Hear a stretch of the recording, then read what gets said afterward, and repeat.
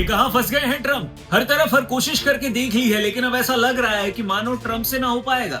चाहे रूस यूक्रेन में शांति कराने वाली बात हो, चाहे टैरिफ वॉर हो, उसके बाद नोबेल पीस के लिए झगड़ा करना या ईरान का न्यूक्लियर प्रोग्राम तबाह करना, इन सब के बाद अब जाकर मिडिल ईस्ट की ये जंग इतना ज्यादा फेल कोई कैसे हो सकता है। अब तो ऐसा लगता है कि ट्रम्प के फैसले और उनकी सनक कहीं अमेरिका को ही ना ले डूबे। ये सवाल हर तरफ तैर रहा है कि क्या वाकई अमेरिका का खौफ खत्म हो चुका है।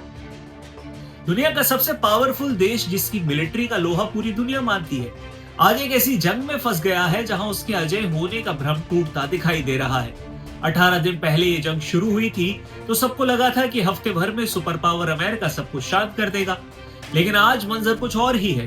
दुबई में ड्रोन मंडरा रहे हैं, ओमान के तट पर तेल टैंकरों के परखच्चे उड़ रहे हैं और अमेरिका के सबसे एडवांस रडार सिस्टम कबाड़ में बदल चुके हैं। ईरान की दहाड़ है कि महाभय देखिए, ये सिर्फ एक नारा नहीं है उनका, बल्कि मिडिल ईस्ट के बदले हालातों की हकीकत बनता जा रहा है।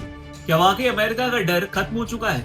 चलिए इस युद्ध की खबरों को विस्तार से समझते हैं, उन सवालों को जानने की कोशिश करते हैं जिनने पूरी दुनिया की नींद उड़ा रखी है। दुबई, जिसे दुनिया का बिजनेस हब और अमीरों की जन्नत कहा जाता है, आज जंग के साए में है। ईरान ने साफ कर दिया है कि वो अमेरिका से नहीं लड़ रहा, बल्कि उन सभी मुल्कों को टारगेट करेगा जो अमेरिका को जमीन दे रहे हैं। दुबई इंटरनेशनल एयरपोर्ट के पास जो ड्रोन के धमाके हुए, उसने पूरे एविएशन सेक्टर को हिला कर रख दिया। फ्लाइट्स डाइवर्ट हो गई और यूएई को अपना एयर स्पेस तक बंद करना पड़ा।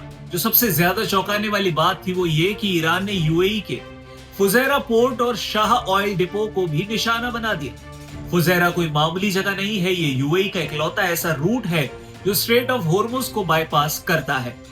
इस पर हमले का मतलब है कि दुनिया के लिए तेल सप्लाई की आखिरी लाइफलाइन भी ध्वस्त कर दी गई है। इस पूरी जंग में जो सबसे बड़ी खबर सामने आई वो आई सऊदी अरब के उत्तर पूर्व से। ईरान के एक सटीक ड्रोन हमले ने अमेरिका के बनाए हुए AN/FPS 117 अर्ली वार्निंग रडार को ही तबाह कर दिया। मिलिट्री की भाषा में कहा जाए तो ये रडार किसी भी देश की आंख और कान होते हैं, जो सैकड़ों किलोमीटर दूर से मिसाइल या फिर कोई लड़ाकू विमान उसका पता लगा लेते हैं। इस रडार का खत्म होना अमेरिका और उसके सहयोगियों के लिए एक बहुत बड़ा झटका है। जब आपकी सर्विलांस को ही दुश्मन नाकाम कर दे तो आप हमले कैसे रोक पाएंगे? ईरान का ये वार सीधे अमेरिका की तकनीक और उसके ईगो पर एक चोट था। वॉशिंगटन में बैठे ट्रंप अब बैकफुट पर नजर आ रहे हैं। उन्होंने अपनी बेहद जरूरी चीन की यात्रा भी कैंसिल कर दी है ताकि वो वॉर रूम में बैठकर हालातों को देख सके। ट्रंप दूसरे देशों से स्ट्रेट ऑफ हॉर्मुज खुलवाने के लिए मदद मांग रहे थे, लेकिन हैरानी की बात यह रही कि अमेरिका के पुराने सभी साथियों ने इस पर कोई जोश नहीं दिखाया और इस काम में उनके साथ शामिल होने से इनकार कर दिया है। ईरानी सेना के प्रवक्ता इब्राहिम जुल्फगारी ने ट्रंप का मजाक उड़ाते हुए कहा कि एपिक फ्यूरी यानी कि महाक्रोध नहीं था, ये एपिक फियर है, महाभय।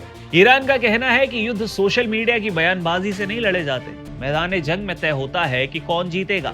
बगदाद में अमेरिकी दूतावास पर हुए ड्रोन हमले से इस बात का सबूत तो तय हो गया कि ईरान समर्थित गुट सीधे अमेरिका के किलों में घुसकर वार कर रहे हैं। ये जंग सिर्फ मिसाइलों तक सीमित नहीं है, खून बह रहा है, वो भी इंसानी खून।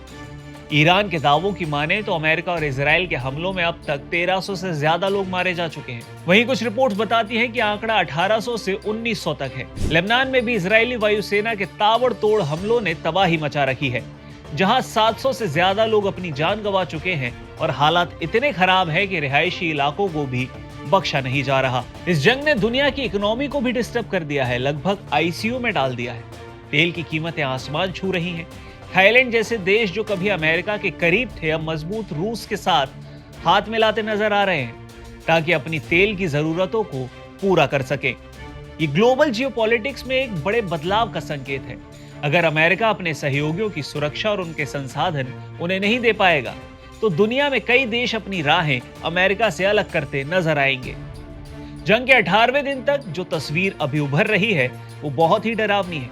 अमेरिका जैसा सुपर पावर आज अपने सहयोगियों से मदद की गुहार लगा रहा है, जबकि ईरान अपनी सुपर पावर का प्रदर्शन खुले आम कर रहा है। क्या ये अमेरिका के दबदबे का अंत है या फिर आने वाले दिनों में कोई और बड़ा धमाका होने वाला है?